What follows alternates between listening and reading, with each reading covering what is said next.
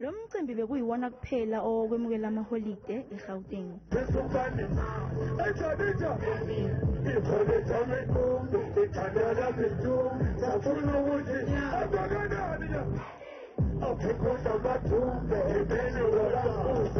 Ubophele uBig Zulu opikwe uKhuzani Pungose kwenye yezingoma zakhe ecwecweni elisha ubashiye befuna impinda abalandeli.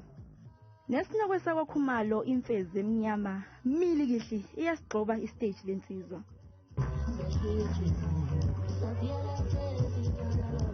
Ijezi elikhulu nesikheva nesikagogo. Nesiguba sentambo siyeza siyanyelela kanye nabanye abaculi abaningi. Babheme bakholwa abalandeli bomculo Kamaskandi basikhethela ngokwabo ukuthi ingabe behla noma benyuka ngamuphi umculi kulokhu simuzi.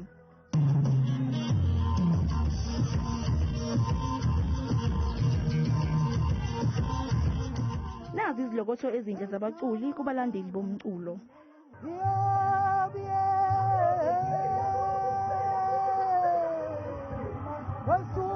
Ushisa wemato ujezi elikhulu lo. Kubafowethu Abekhiphile siyabonga kakhulu. Umnandi umculo wabo siyawulalela masendleleni sikhuthazwa yiwona. So nabalandeli sicela balandele umculo bayeke ukungena izinto kakhulu zabaculi because nathi yibo abaqhatha kahle kahle abaculi. Ukusho ukuthi njoba unyaka usunje unyaka usukukhombisa ubumnandi. Sekusikhathi zenjabulo nobumnandi la sijabulisa khona abantu njoba abantu besithandela khona ukuthi sibajabulise nathi futhi sibathandela khona ukuthi sibajabulise. Abanikazi bomculo abelungu bathini bona ngedla umhlanganiso kulonyaka. Somebody varies semdletsheni ekhwa. Mina ngibheka uKhuzani phela ubhuti omdala loyo uyu umuntu esimbhekile nyaka wonke. Ey kusinda kwehlela inkosi impela nakulokhu umncintiswano usemandaba enkandla.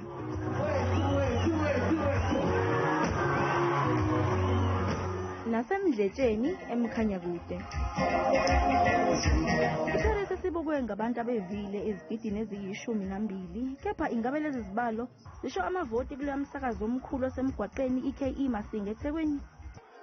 Sekuyodela umakhasana ngobusuku obandulela uncibijane. Umbuzo uthi ingabe unyaka uzohlukaniswa uMaskandi noma olunye uhlobo lomculo. Ngoba amabhinqa ayavota bo. Ezindabeni zethu kumzansi wethu channel 163 ngingwenoziphoxaba ngibeka nosekuli.